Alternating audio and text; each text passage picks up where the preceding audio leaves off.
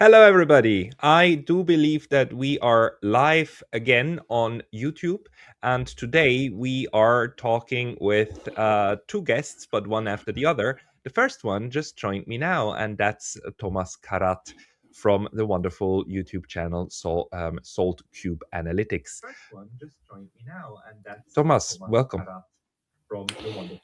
Good morning, Pascal. I think we have a bit of an echo. I hear myself double. Yes, I think the problem is that I am running my my own channel in the background. So sorry about that, everybody. I am still trying to figure out how live streaming works. I learned that I have to switch off my own live stream. So Thomas, welcome.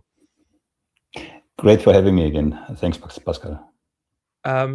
We've spoken several times, never live, so this is new. But for everybody who's not familiar with your work, you have this beautiful YouTube channel, and you are also a writer. And you recently wrote this new piece on the Gathering Storm. Beautiful image, by the way, on your own Substack. That's this one here, Thomas Karat Substack, Manufacturing Consent Before the Bombs Drop. And that's what we need to discuss today. The first 30 minutes are exclusively with you, and then we will be joined by former East German spy, Mr. Reiner Rupp. But first, let's discuss your piece and your analysis of what you could find out from digging through online sources about what's being prepared with Iran, because you found quite a lot of interesting things actually in this article, didn't you? Yes, to my own surprise, I have to say. So it was also for me an experiment. I used an API, a news aggregator, and I collected about 230, 240 articles from, I think, 11 different countries. And then I started to analyze them, right? And I actually tried to analyze for something else, for the linguistic framing, which is also included in the article, of course. But underneath that, you have a couple of interesting findings, because certain things happened in a very narrow time frame between the 27th and the 29th of January, which pointed to a almost immediate attack on Iran, which still might happen. So the conclusion is between 7 and 14 days. That's the estimate, that if they're not de-escalate, America will attack Iran. But I have a list in front of, yeah, please. Yeah, no, sorry, because you looked at all of these outlets, right, including the Guardian, New York Times, and so on, and all of the titles that they wrote, and all of them, first of all, used suspiciously a lot the same kind of lingo in order to describe what's going on. So kind of the memo must have gone around of how to talk about this. But secondly, it all came out in the very same short period of time. Can you maybe tell us especially what was the language that was deployed that made you think that, oh wow, they're preparing something here? Yes, we have some interesting framings in the sense of that. I just look at the Maybe I can so find if it. Yeah. No, I have it. So if the media talks about Iran, the Western media, what you find is words like threaten, warns, refuses, has the finger on the trigger, this really aggressive framing. And then when you look at how the US is described, the US, who is actually building a massive armada, that's actually American language, armada in the region, what do we find? The US prepares. The US weighs options. The US responds. From a linguistic perspective, that's defensive framing. Now, when we talk about headlines, if you allow me, we know from scientific studies, and I know that you know, that depending on the media, between 60 and 85% of the people only read headlines. They don't read the full articles. And we know this especially from social media, where the aggregators, of course, know if you share, let's say, an article without actually reading it, they know. So we can measure this with pretty high accuracy.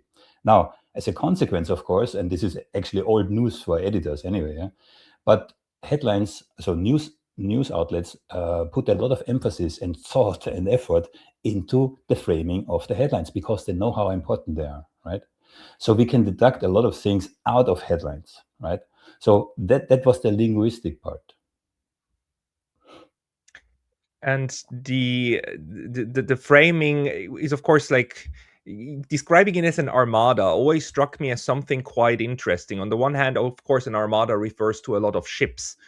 On the other hand, I was wondering, the armada is most famous for being sunk in front of the British shores, right? They were the Spanish Yes. navy that Yeah. gathered in front of the British shores and Yeah. was then destroyed by a storm, I believe, and it basically sunk to the to the bottom of the ocean. Now, with the United States, that's probably just wishful thinking, but what did you make out further of the insights that you gained from looking at these almost 200 articles?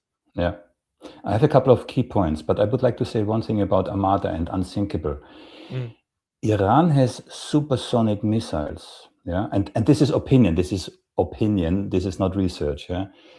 But I do believe that Iran has the capability, if they really wanted to, really heavily damage an American supercarrier. The whole concept of these huge, massive boats in the era of hypersonic missiles is an outdated one. So I believe, I don't want to see a nuclear-powered supercarrier on the bottom of the sea. Why?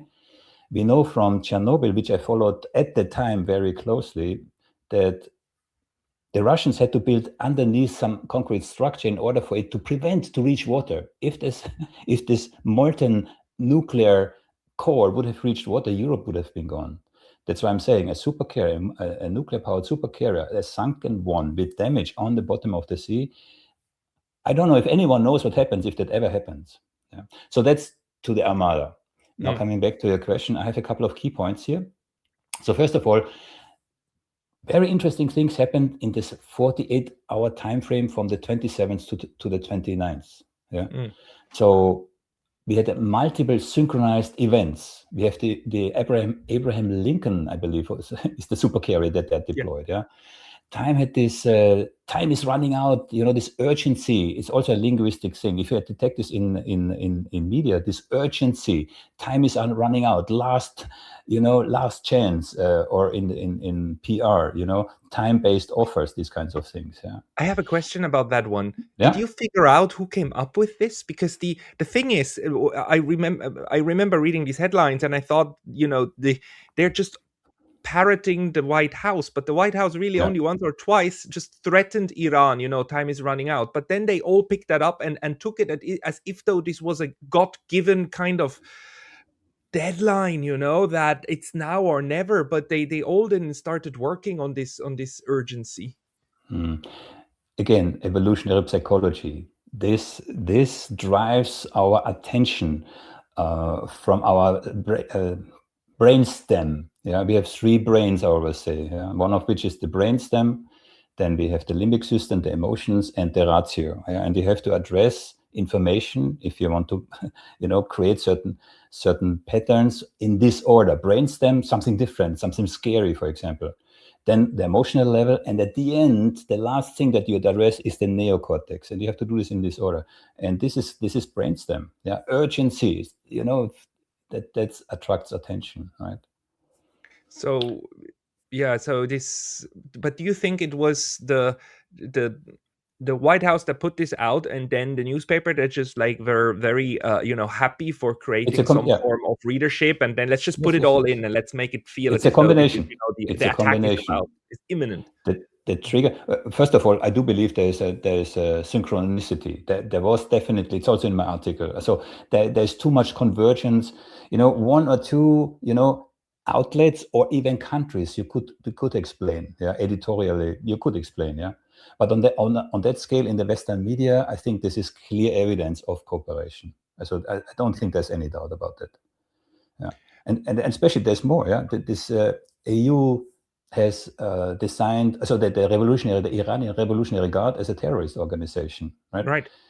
In this 48-hour time frame. Yeah, normally this takes meetings over meetings over meetings. Yeah, German's Chancellor Merz, same language as Trump. Yeah, Iran's days are numbered. Urgency. Yeah, so I think there was clearly some cooperation. Yeah, and it's only a couple of. It's not that long that the United States designated No, wait. When did the United States designate the Iranian Not that long. Not that military long as ago. a? Huh? Yeah. Not that long ago. Not that I long mean, ago, just a couple of no. weeks ago, right? And then the Yeah. Europeans followed, but they followed in that very ominous window of the 27th to the 29th, right? Yeah. Before Yeah. the Yeah.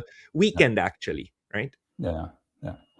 Then, if you want me to go further through what Yeah, I found here, yeah, the next please. thing is multiplying justifications, right? And this is interesting because we have seen this in Iraq also, right?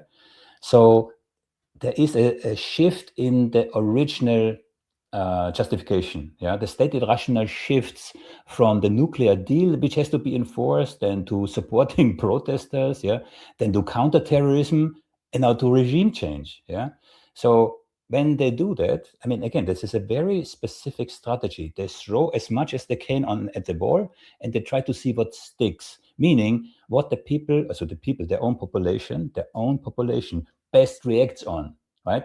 So this Mhm. multiplying of justifications, if you see this in the news, it's absolutely a red flag, right? Yeah, the I mean, the one thing is, of course, that it is the United States that is building up its navy in front of Iran. It's not like Iran parking its carriers somewhere, right? So Exactly. the Western media has this weird problem that on the one hand they need to portray and frame Iran as the bad guy, and the US as the good guy. When in fact what you're seeing is, of course, a breach of international law from the United States, because not only is an attack forbidden under the UN Charter, even the threat of the use of force is forbidden.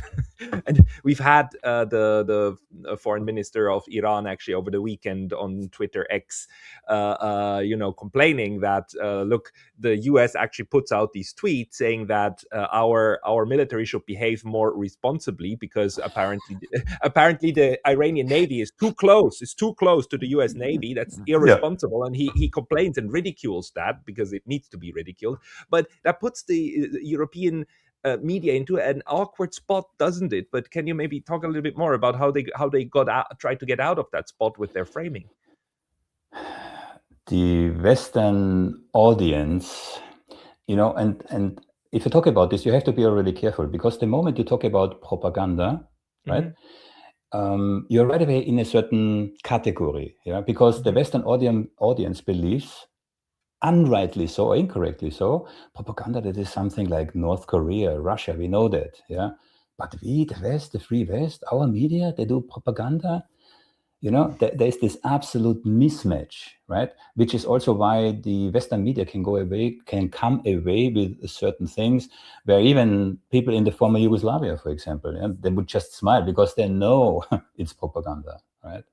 So this constant frame, and again, from psychological perspective, this, constant repetition, and you hear it from all channels. This is on purpose, because even, again, there are some really interesting scientific studies. You hear an argument over and over and over, even you are not being aware of the likelihood that you accept it as true increases over time. Yeah, even if Yeah. at the very beginning you were against this, or you didn't believe it. Yeah, it's very interesting. Again, this happens all under the subconscious, on the subconscious level, but it's very effective. So politicians know it, spin doctor know it, and PR firm knows it.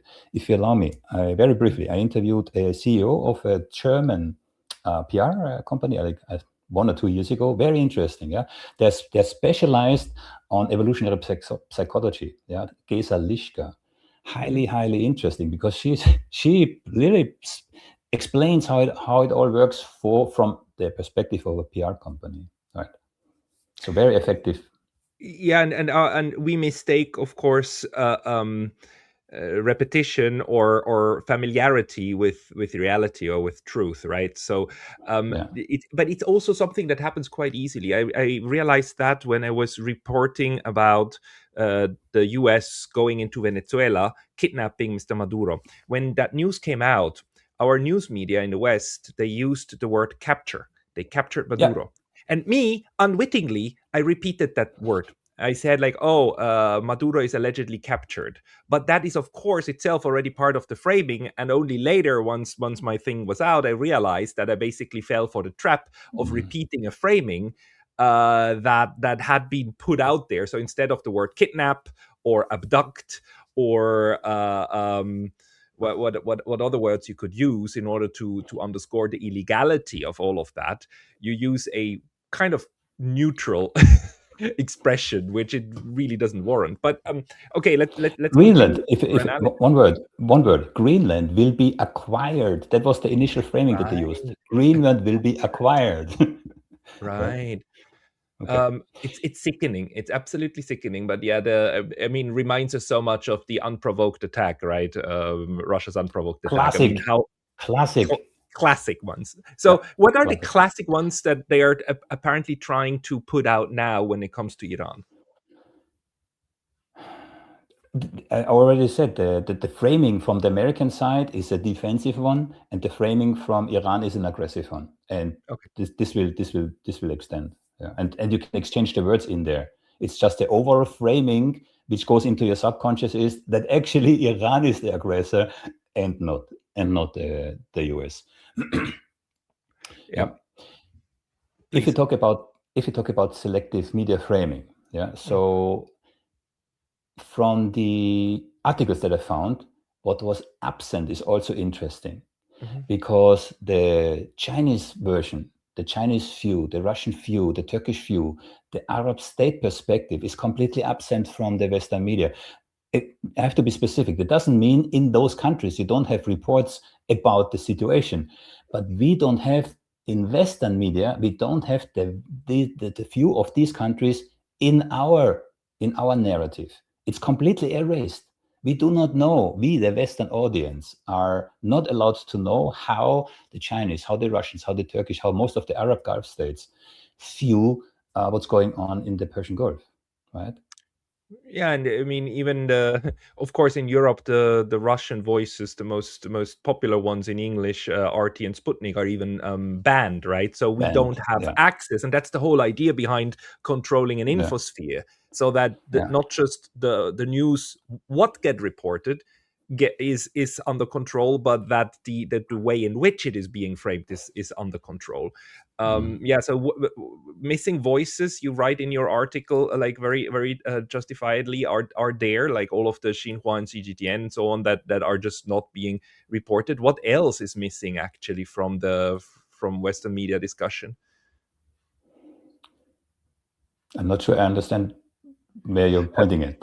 Sorry, you're writing about missing voices, but what other things are missing from the way that the West is reporting?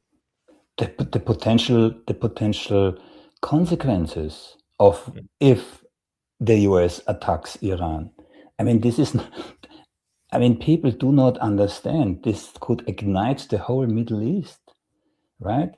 So let's talk about economics. I found something interesting, but let's come back to this.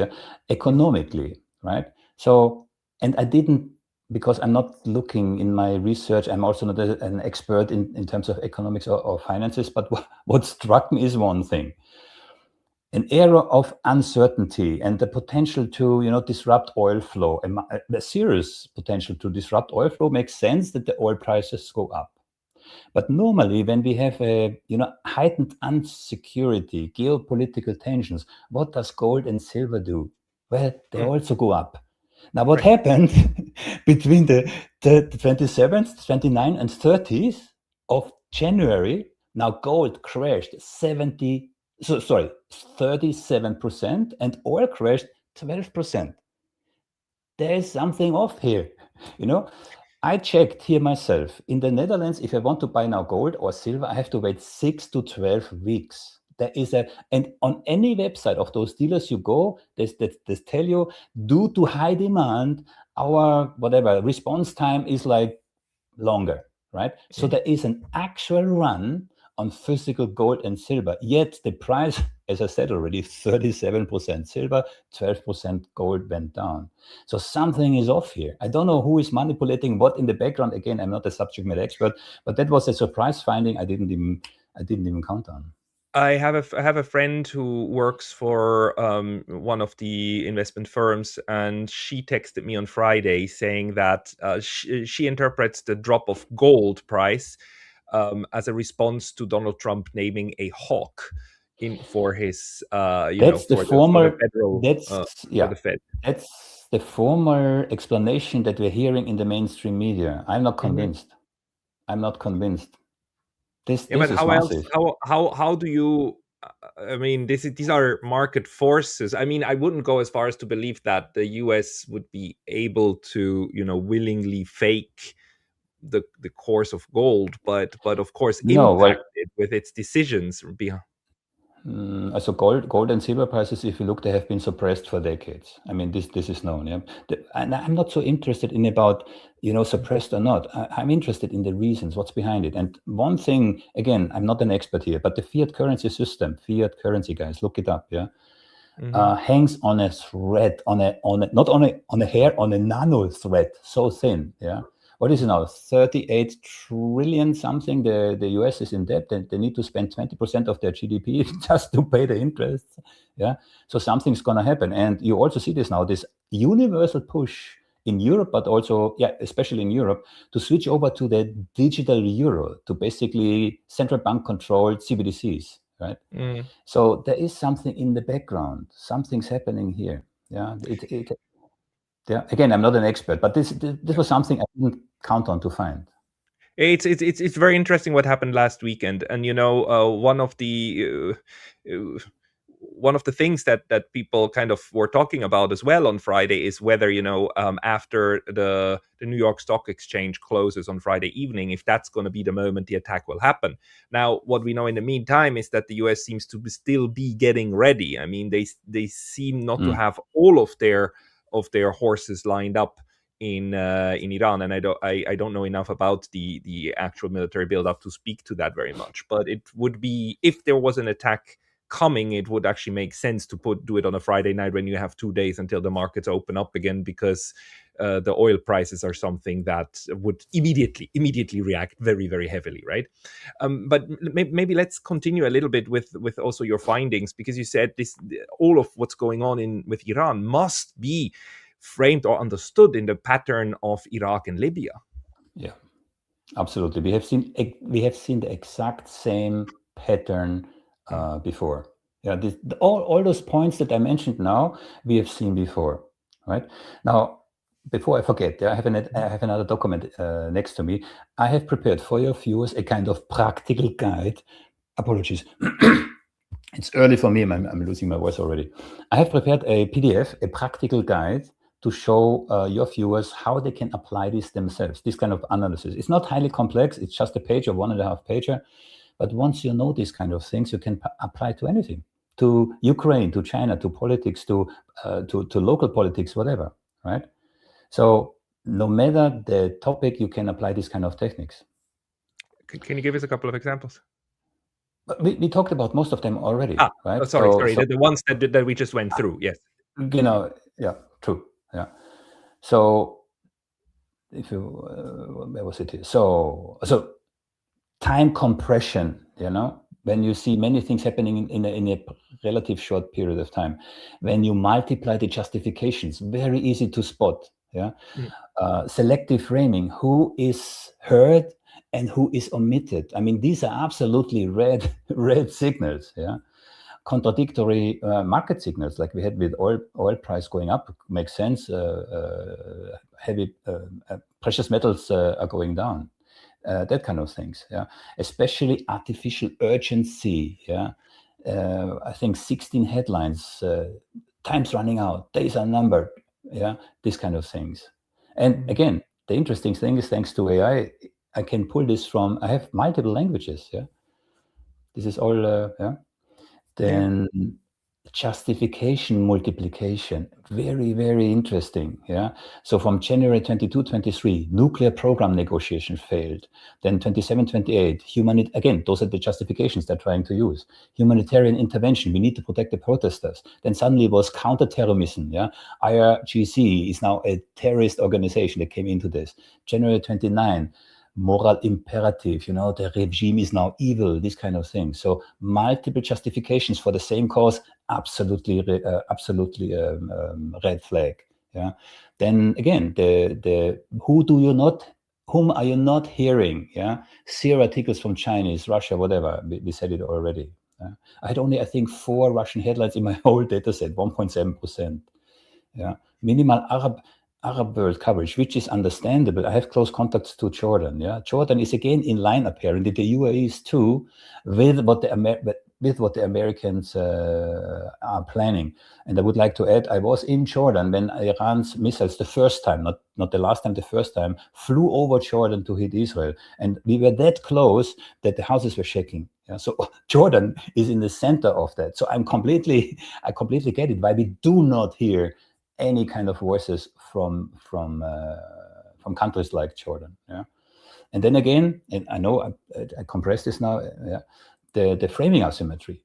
Again, Iran threatens, wars, refuses. Yeah, and America, of course, prepares ways, options. Yeah, watch for these kind of things. Yeah, if you do that, you know, you have a kind of a superpower that you can apply to any topic. Okay. Yeah, so really, like, attention to the framing and attention to the methods used for this news coverage. What do you think, though, is the you actually write that you are expecting kind of a 14-day window during which an attack either happens or not. Like, what's your view there?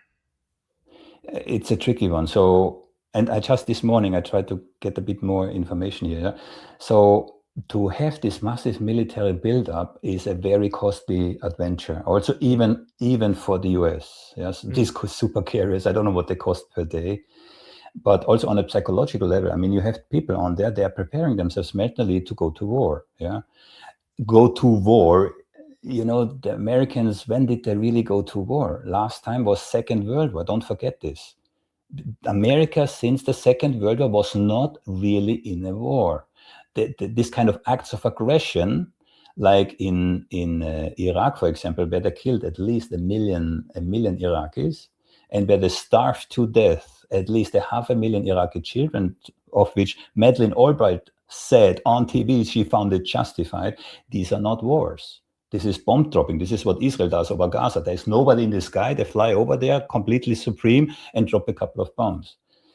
Yeah, Iran might be different, right?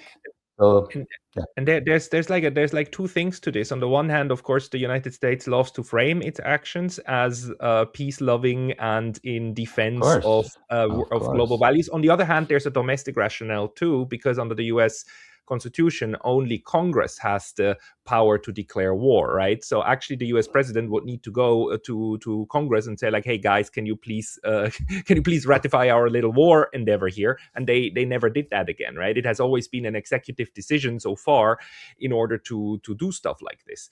I mean, one of the sick kind of ideas one could have is that, of course, what the United States want is to provoke Iran into sinking one of their ships, so that you can then invoke self-defense. Gulf of Tonkin. Good Vietnam. old Gulf of Tonkin. Yeah, old playbook. Yeah, nothing's new. Yeah, in this respect. But they're getting worse at this game, I believe. I mean, it's again, like, well, you took this apart and very, very eloquently and elegantly. But this time, this whole build-up seems to be. I mean, even the Western media has huge problems actually putting that much lipstick on this big a pig. I love this expression. What was it? Palin. Anyway. Yeah, so it's getting more difficult because people get more and more educated, not fast enough, not much enough, but more and more educated, thanks to social media, which is why Netanyahu and co were behind now with the Twitter, with this whole Twitter repositioning and purchase from Larry Ellison. That would be a different story. I mean, what they do all, yeah. So information war, keyword cognitive warfare. Let me slip this in briefly. Cognitive warfare, there's a document, I have it. For readers, I can send it around. Cognitive warfare is NATO considers the brains of their own population now the next battlefield. These are their own words, and they do so with highly, highly sophisticated psychological means, and we are all kinds of different streams. Yeah. So cognitive warfare to influence NATO's own population to accept the coming wars, which we will see. This is unfortunately my conclusion. We are entering a very challenging period with a lot of turmoil, change.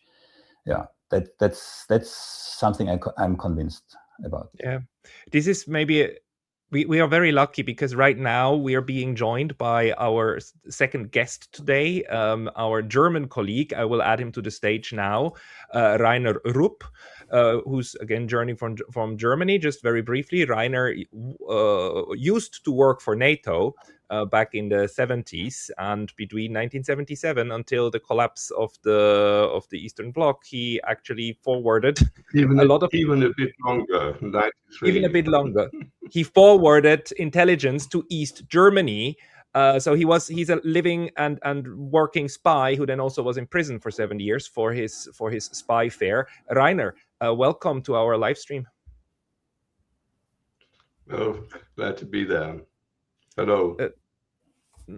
And Hi, Reiner, Reiner. the other guest here is Thomas Karat. He's we just discussed one of his articles, and he made the point that not only are we being manipulated in the media, in mainstream media, with massive floods of pro-war propaganda, but also this cognitive warfare of NATO is going on as we speak in order to kind of massage in the idea of war with Iran. Do you agree with that?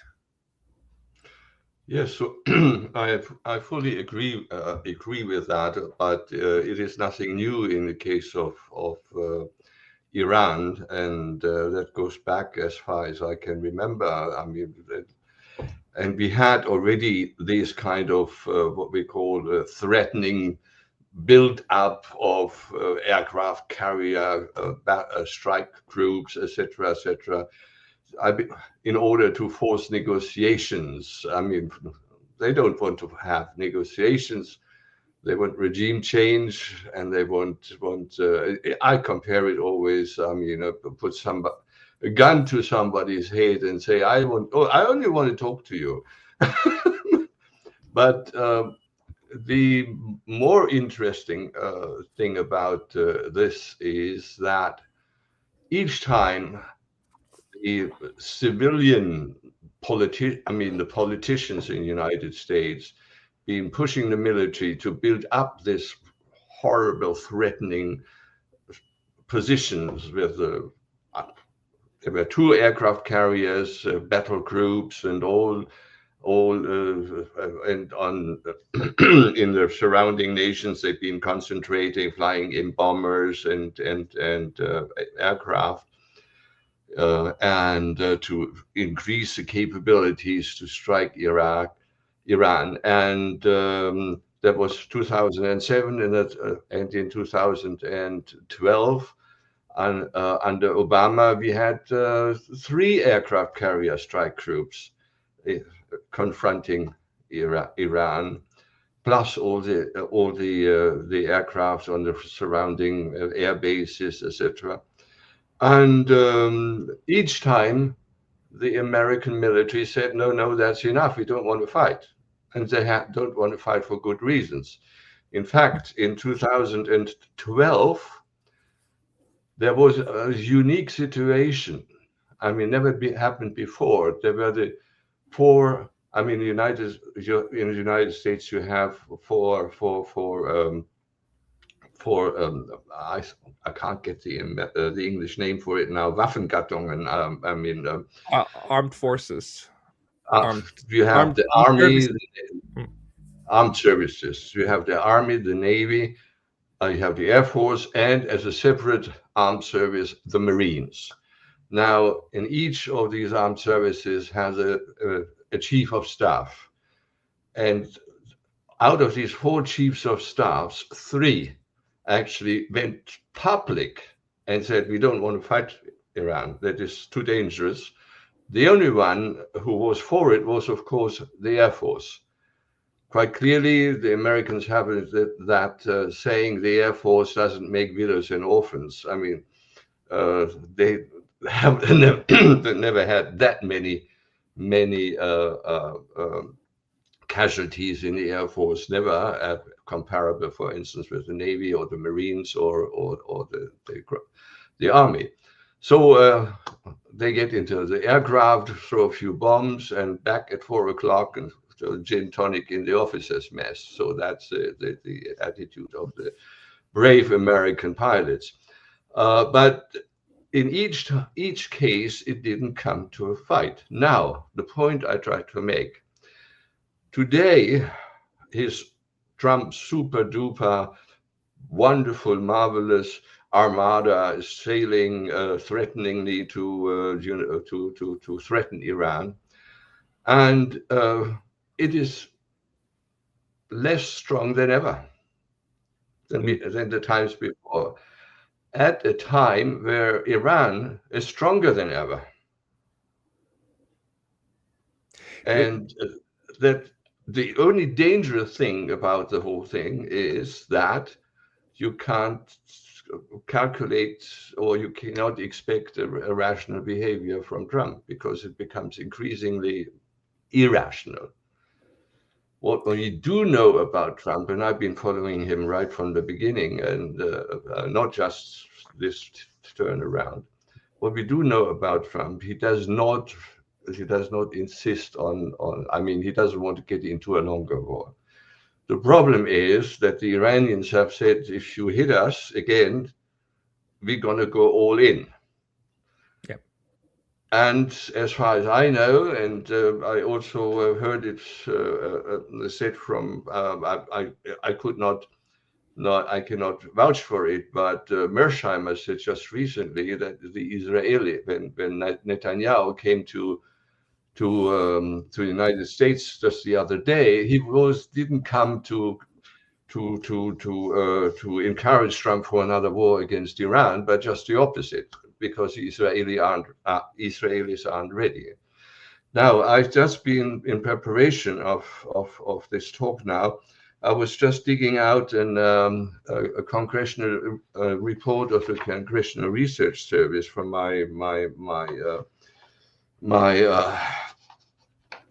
archive, and just to point out what I mean, you know what the THAADs are, the terminal high altitude interceptors, which are supposed to be super duper, even better than Patriot, because Patriot is a dud anyway.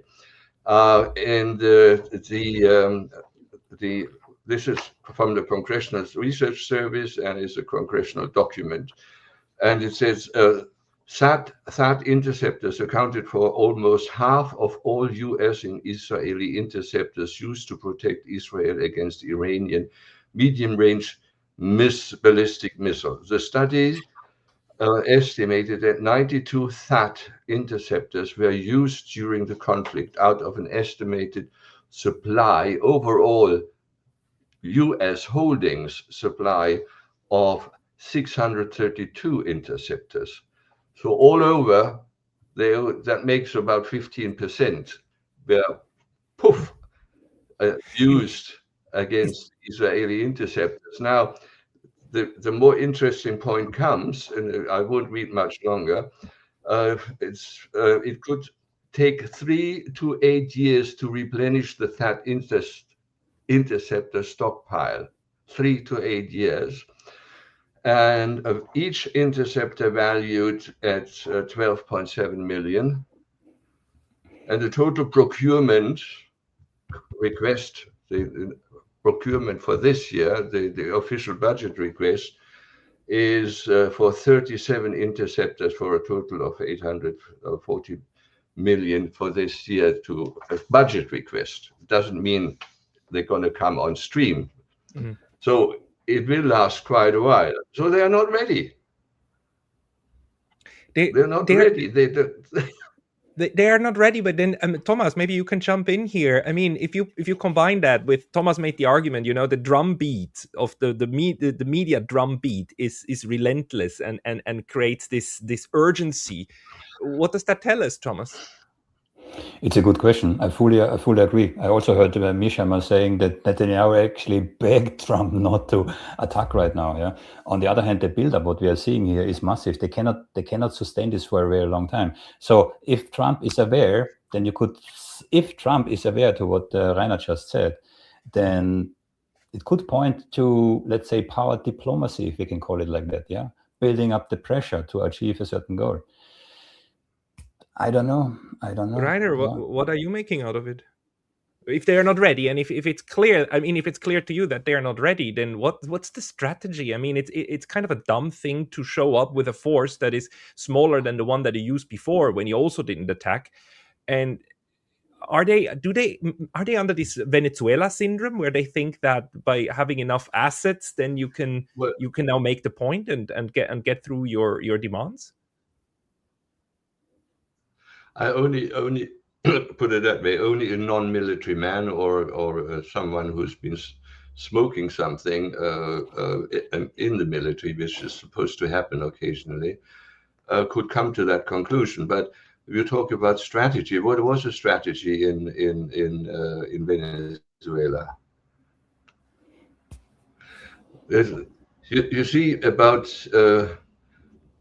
about half a year before this, the Russian special operation in Ukraine, there was a long, over many pages article in the New York Times. Where the military man, the politicians, and the Pentagon were boasting about what they had achieved over the last decades. They have achieved now, I've tried to put it in very short terms, that they could everywhere around the world do the kind of thing what happened in Venezuela. 60,000 men in arms, half of them special forces trained for very special kind of different operations of the Pentagon, the other half under the command of the CIA, and they all would operate together and complement each other according to the task. They could go in anywhere around the world and out within 24 hours to kidnap somebody, to eliminate somebody, or whatever. And that's what they thought would be the future of warfare.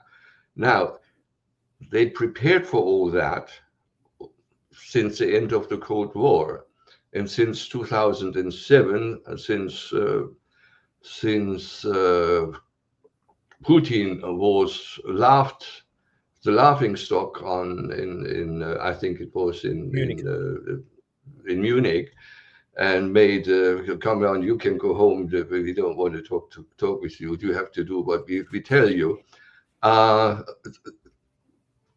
Things changed, and you must remember, and that I do remember very well, how the blueprints, for instance, the Russian military science, they had absolutely stunning military scientific breakthroughs, which we see now being put on deployed in the fields.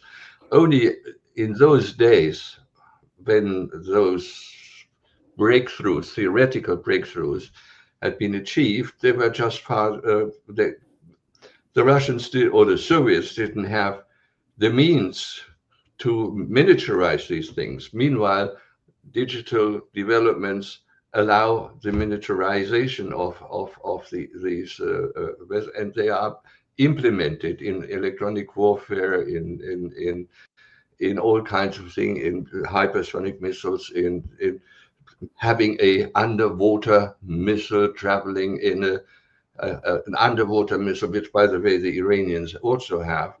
The NATO code name was Squall, specially developed as an aircraft carrier killer, which travels underwater in some kind of a plasma, in a gas part. It's the only people who are, or only countries who manage that are the Soviets, now the Russians, and the Iranians.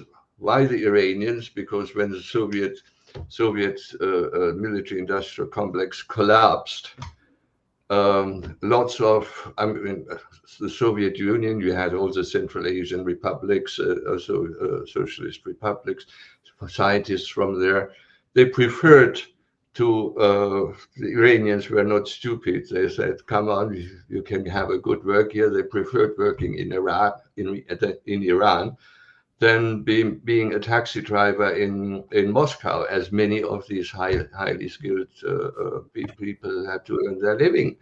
So the squall arrived also in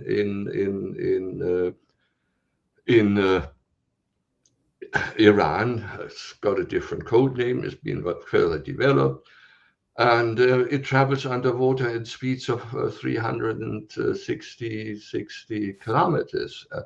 Its only disadvantage is the range is not so far, and it makes an awful lot of noise. But it can be fired from a little boat, and the Iranians have practiced swarm attacks with little boats, and so you see, American ships are really in danger if they get too close. Do you think the Americans are trying to bait the Iranians into firing the first shot? And Thomas actually made the observation, right, that the aircraft carrier that's now parked in front of Iran is actually a nuclear powered one. So attacking that thing would potentially lead to an ecological catastrophe. Well, this is always the modus operandi has always been the modus operandi of the Americans, to provoke someone so much that the other side fires the first shot. I mean, this is what happened at Pearl Harbor. Yeah. That didn't come out of the blue sky, as the Americans say. No, the Americans tried to strangle the Japanese. I'm not defending the Japanese fascists at the time, or imperialists. I mean, they did horrible things in China and in the region, but they tried to strangle and cut the Japanese off the supply of oil, etc. So what did they do? They used their navy to cut the Japanese off the supply. So what did the Japanese do? They thought they could eliminate the threat by destroying the Pacific Fleet in Hawaii, which they didn't do very well. Right. Thomas, do you want to jump in? So it's a modus operandi. They pressure someone so much that in the end you react, and then, oh, we've been attacked. Yeah, so again, like Reiner said, apologies, we discussed this before, it's the old playbook. Yeah, this is not new, we have seen it in the past, right? But it goes hand in hand with a lot of media attention in the West, actually. And sorry, Reiner, Thomas was saying this is it's a playbook, right? We've seen all of this before, but it also goes hand in hand with a lot of public signaling. I was in Vancouver just a week ago for a conference, and there was a relatively large protest. I would say 5,000-6,000 people easily. Iranians, a lot of Iranians and Canadians saying like Trump. Start now, regime change must come. So a good part of the population is sold on the idea that, regime change is now not just a nice to have, but it is a humanitarian necessity. Also because we are being fed this idea of like 30,000 dead Iranian protesters in Iran. I mean, it's quite insane, the length to which these people go. You want me to answer, or Reiner? Maybe Reiner? Yes.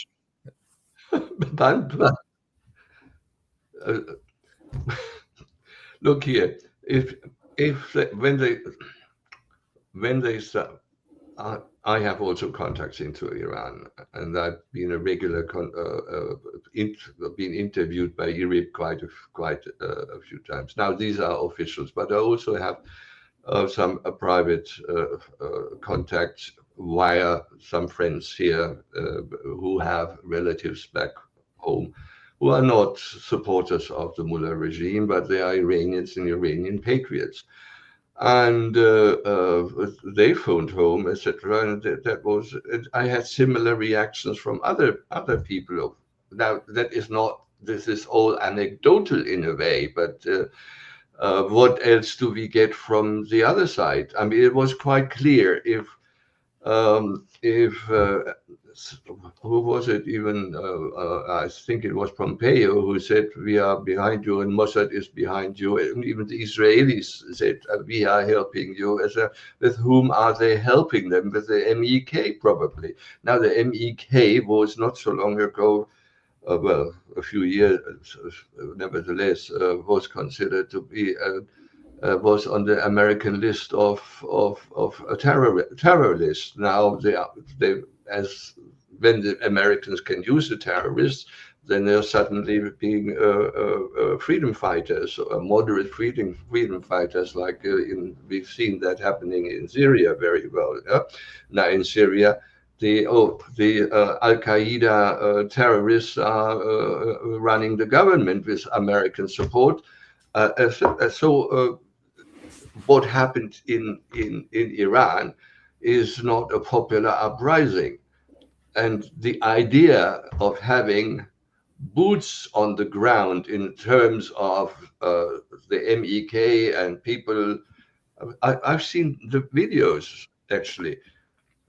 They're hiding behind or shooting out of the masses, shooting and attacking security services.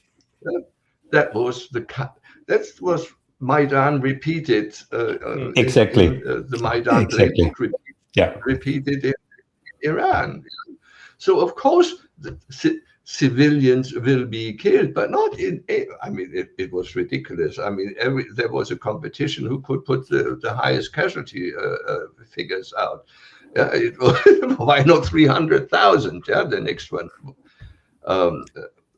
Just to stir up the people. There's no proof of it, and we know it's the boots on the ground. They thought we then could go in Venezuela style, kidnap Khamenei or who else, take him out, and then the regime change, and then these boots on the ground, so MEK and some Mossad agents, etc., and there will be chaos and new things happen. Only the Iranians are not ready for that. I mean, the mass of the population isn't ready for that. And even if that had happened, what happened? What's the result of this glorious super duper raid into Caracas? Yeah, okay, they nabbed Maduro. They showed, oh, look here, we can do that. But what has come out of it? What in reality has come out of it on the ground? No, and that is even what is. There's no strategy. There is no. That is show. And the problem is that Trump's got. I mean, not even the population in the United States asks what happens in Venezuela. What was it all about? What was it all about with Greenland? And Trump had two setbacks, basically. Yeah, two setbacks. He needs some success, and that might be even if he bombs again and declares it a victory in Iran, bomb again and bomb once again all the nuclear installations, which they already had this absolutely sure that they had already them destroyed last time. But the Iranians must be very, very good because they have rebuilt them all in the meantime. And so the Americans have to destroy them again. So drop a few bombs, declare it victory, and get out. Only the Iranians have said that we're not going to play that one along. We did it once because I think it was a mistake that they did agree to the ceasefire right away. Strategically, they should have continued at least a few more days to show the whole world where Israel and where the Americans stand. It would have prevented the build-up now. But I think they will not continue just to absorb the strike without reacting. And And I Thomas, think they have to. Thomas, this brings us again to this cognitive warfare idea, of course, that the entire media onslaught that we saw and that you in the first part laid out so well is actually just part of the attack, part of everything that the United States uses in order to achieve regime change. This is part of the attack, and it's directed toward the Iranian population. It's directed toward the Iranian government. It's directed towards the European governments and toward the European publics. It's an all-out modern 2026 type of warfare attack on the other one, short of the missiles flying so far.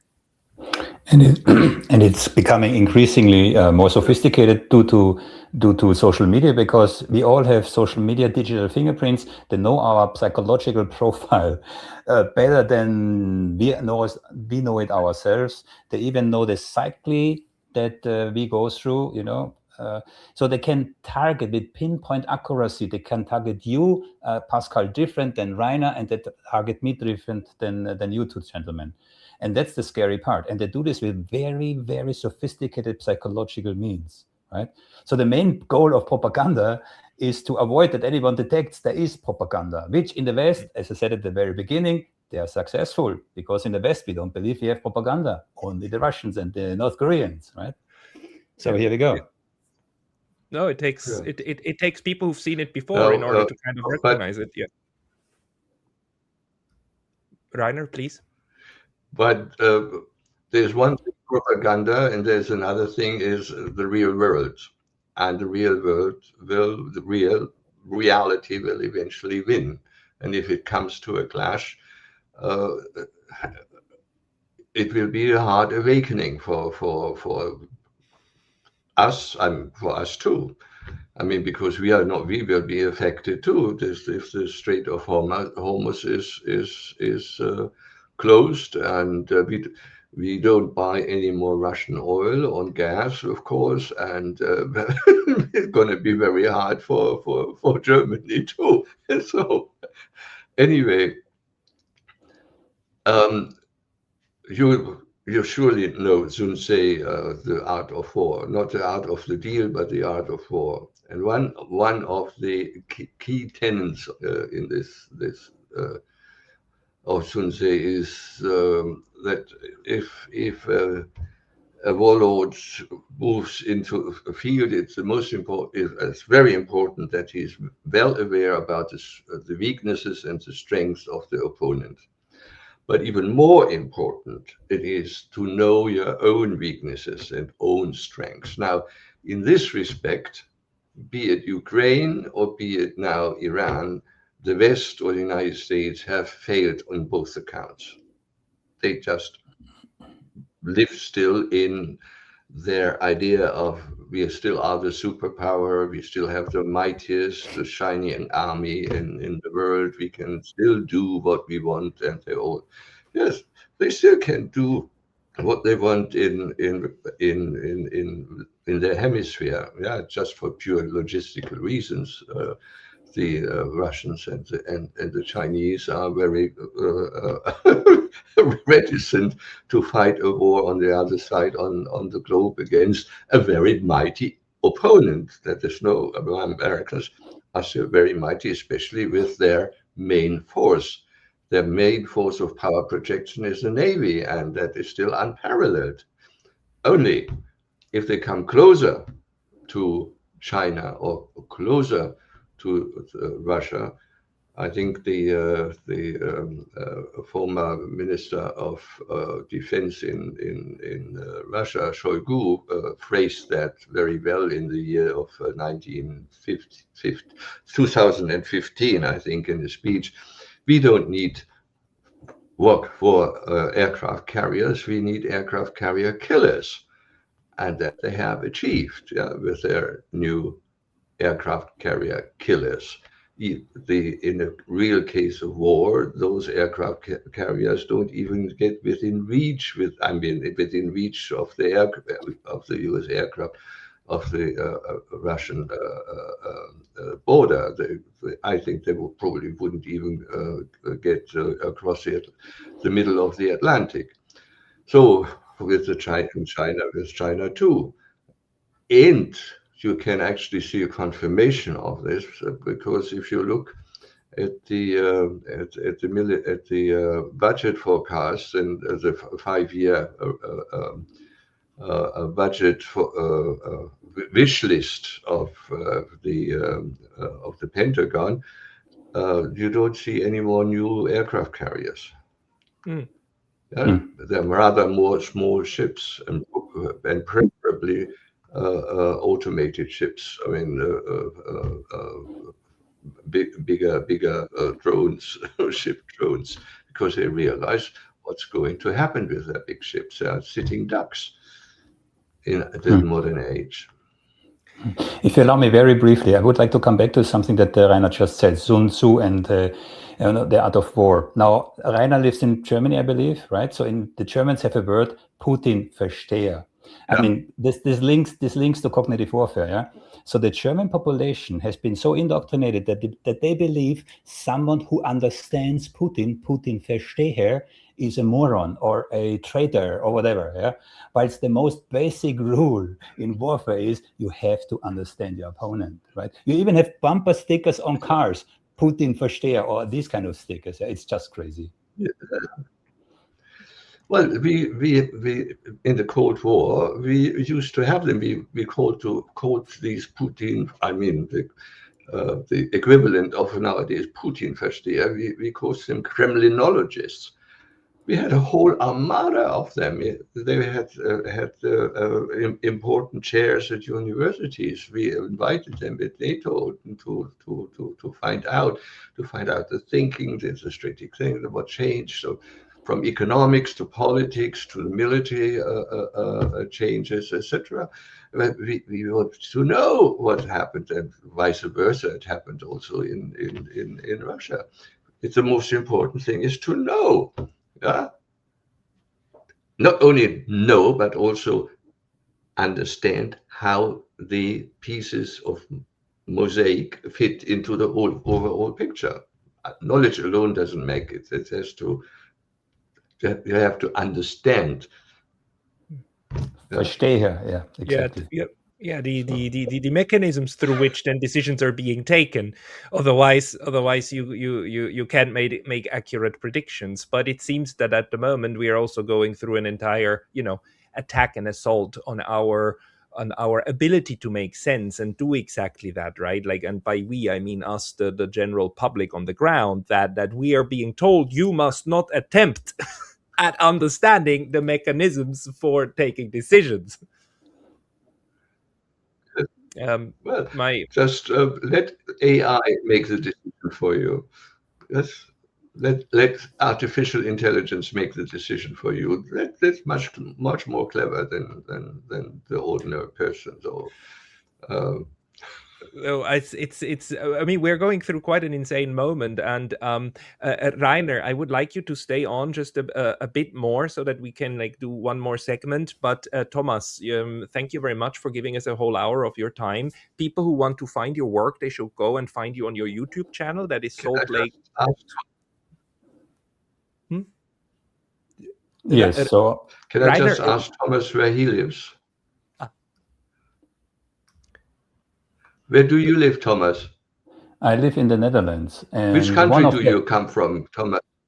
Well, I rather keep that offline, yeah. But Reiner, a quick question. I would be very interested to have you on my own show if you're interested, yeah.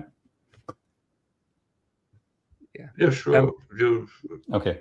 So you get I believe contact, you. Yeah. Yes, I believe you, gentlemen. Now, just a last comment. I'm repeating. If anyone wants this practical user guide on how to analyze headlines like I described, reach out to me via Substack. Very easy. Reiner, it was my pleasure talking to you, and thank you, Pascal, for having me on. Always a pleasure.